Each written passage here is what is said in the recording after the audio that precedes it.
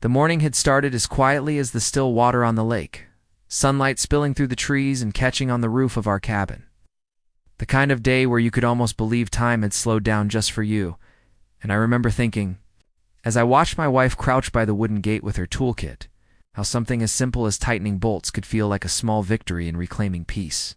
The new lock wasn't anything extravagant. It's just a sturdy brass mechanism. It's meant to keep raccoons from rummaging through our bins, and to deter the occasional hiker who thought our property was some kind of public shortcut to the lake. Satisfying click of the lock echoed across the gravel. Thought to myself how perfectly ordinary the moment was, until the air shattered with the unmistakable cadence of Karen's voice, sharp, shrill, and echoing down the path long before. Her figure came into view, carrying with it the inevitability of conflict. Karen was the sort of neighbor you couldn't avoid even if you tried. The president of the HOA, by title and self-declared, enforcer of every unwritten rule by nature.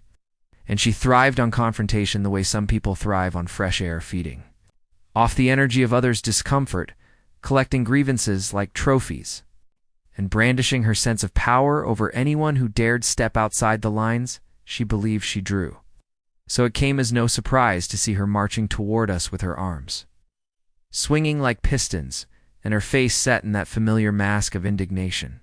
The sight alone enough to transform the tranquil morning into a battleground of wills. "What is this?" she barked, jabbing a finger at the gate as though it were some illegal barricade erected overnight, and before either of us could respond. She rattled the wooden slats with both hands, her bracelets jangling like alarm bells as she demanded an explanation for what she called an obstruction of community access. Her words cutting through the air with the confidence of someone who believed that simply raising her voice could bend reality to her will. My wife, still holding the wrench in her hand, stood slowly and brushed the dust from her jeans, her expression calm and composed. The picture of patience in the face of Karen's storm, and replied evenly that the gate lock had been installed. To secure our property, nothing more, nothing less. A perfectly reasonable act, given that the deed to the land and the lakefront access had belonged to her family for generations, long before the HOA had ever been conceived. But Karen, never one to let facts deter her, scoffed loudly, tossing her head back in exaggerated disbelief, declaring that no one owns a lake and accusing us of trying to steal what belongs to the community, her voice rising higher and sharper until it bounced off the water like an echoing alarm, scattering ducks from the reeds and sending a couple of curious fish rippling beneath the surface, as though even nature itself sought to avoid her noise. I stepped forward then, trying to inject some reason into the chaos, reminding her that the property lines were clearly marked and that the registry records were public knowledge. But she waved me off with the dismissive flick of her hand. Her eyes locked on my wife with a glare that suggested she saw not a neighbor maintaining her land but an enemy to be conquered. And as she continued her tirade about illegality and unfair restrictions, it became increasingly obvious that she had no actual argument beyond her desire to exert control. Because in her mind, authority wasn't about truth or lit, was about volume and persistence. Then, as if to punctuate her indignation with a flourish of finality, she pulled out her phone with the grandiosity of a sheriff drawing a weapon, her thumb already stabbing at the screen as she announced with a triumphant sneer that she was calling 911, her voice ringing out with a dramatic urgency as she told the dispatcher that her neighbors were illegally locking up community property, that we were violating HOA safety codes, and even, absurdly, that we were endangering residents by blocking emergency access to the lake. Though anyone who had spent 5 minutes on the property would know the fire road wrapped directly around the other side. I felt my chest tighten with a mix of frustration and disbelief. Not because I feared the outcome my wife had every legal document on her side, but because I knew how exhausting the process would be, how Karen's flair for drama could turn even the most cut-and-dry situation into a drawn-out ordeal. And as she paced in front of the gate, gesturing wildly with her free hand, I could already hear the faint wail of sirens in the distance, growing louder with each passing second, a sound that made my pulse quicken despite myself. My wife, however, remained steady, leaning casually against the fence post, as though the shrieking neighbor and the approaching patrol car were nothing more than passing inconveniences. her calm in stark contrast to Karen's hysteria, and watching her in that moment, I realized that Karen was blind to the most important truth of all that beneath her quiet exterior. My wife carried a strength and authority that no HOA meeting, no angry phone call, and no barrage of insults could ever shake. A strength rooted not in shouting the loudest, but in simply knowing who she was and what she owned. Yet Karen, in her eagerness to escalate, couldn't see it, couldn't fathom that her desperate attempt to assert power by summoning the police would be the very act that revealed just how powerless she truly was. And so she stood there by the gate, eyes blazing with the anticipation of seeing us humbled, her entire sense of self-worth riding on the flashing lights that now glowed against the trees, pinning the peaceful cabin in strokes of red and blue, turning a quiet morning into the stage for a confrontation she thought she had already won. The squad car eased to a stop on the gravel road, its red and blue lights spinning lazily across the pines and reflecting off the calm water like fractured shards of color.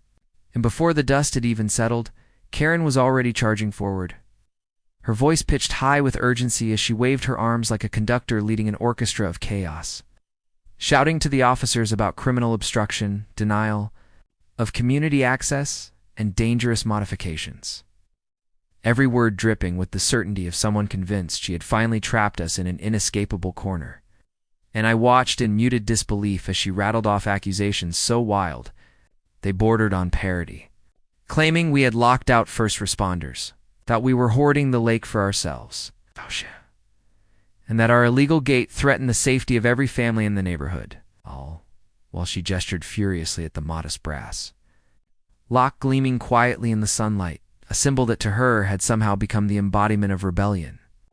The officers, both seasoned men with weary eyes that suggested they had been dispatched to more HOA disputes than they cared to admit, let her rant for a moment before finally stepping past her and turning their attention to us, their boots crunching steadily on the gravel. But as their gazes moved from me to the cabin and finally rested on my wife, something subtle but unmistakable shifted in their demeanor, the professional neutrality giving way to a flicker of recognition that quickly straightened their spines and softened their eyes. And in perfect synchrony, they paused, nodded to one another, and then executed a crisp, respectful salute. The motion so sharp it cut the air and left even the birds quiet. And for a heartbeat, the entire scene froze. Karen, mid-gesture, her mouth open in the middle of another accusation, staring slack-jawed as the very men she had summoned were now honoring the woman she had sought to humiliate. My wife, who never wore her past like armor, but carried it quietly, inclined her head in a subtle acknowledgement, returning their respect with a calm so natural it seemed to belong more to her than the air she breathed. And though she said nothing at first, the silence that followed spoke volumes, filling the space with an authority far greater than Karen's shrieks could ever muster. The taller officer finally broke the quiet, addressing my wife with deference in his voice. "Ma'am, we didn't realize this was your property." And though the words were simple, the weight behind them was undeniable, a recognition not just of legal ownership but of the reputation she carried, one built through years of service that few could truly comprehend. And my wife, ever humble, replied softly, "It's been my family's land for generations, officer, nothing more." Though the knowing look exchanged between the two men suggested they were aware of much more than she chose to reveal. Karen, meanwhile, had found her voice again, but only enough to sputter, her shrill certainty unraveling into stammered fragments as she tried to salvage her narrative, insisting that the HOA has rights, that the lake is shared, but her words fell limp in the shadow of the officer's composure. And when the shorter one pulled a small ledger from his vest and flipped it open to confirm the land registry records on file, his voice was steady as he read aloud the truth. The access path, the dock, and the shoreline all fell under the private deed held by my wife, her grandfather, having secured those rights long before the HOA existed, rendering every ounce of Karen's fury irrelevant. "This is clearly private property," the officer said, looking directly at Karen now, his tone firm but polite. "And installing a gate lock on one's own land is well within legal rights. There is no violation here," and the other officer added pointedly, "If anything, tampering with or trespassing through this gate without permission could lead to legal consequences. A statement that hung in the air like a gavel strike, final and absolute, leaving Karen pale and trembling. Her confidence stripped away in an instant as the reality she had tried so desperately to bend collapsed in on itself.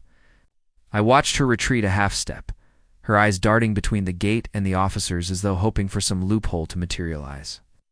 But none came, and the silence that followed was so thick it seemed to press down on her shoulders, shrinking her stature, until finally, in the faintest voice, she muttered something about just trying to protect community interests before turning sharply on her heel. Her retreating figure hunched and unsteady as she trudged back up the gravel path, the queen of HOA indignation, reduced to a defeated shadow.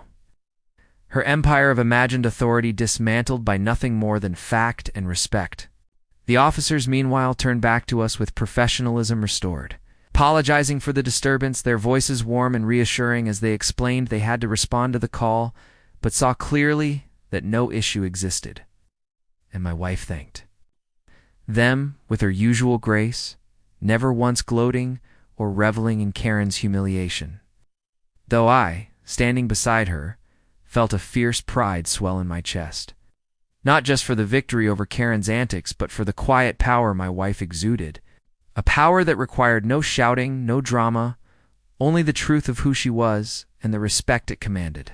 The officers offered one final nod before returning to their car, the crunch of their boots fading into the distance, and when the patrol vehicle finally disappeared around the bend, the lake seemed to exhale, its waters settling into their serene rhythm once more, reflecting the golden light of the afternoon sun, as though to cleanse away the chaos that had just unfolded.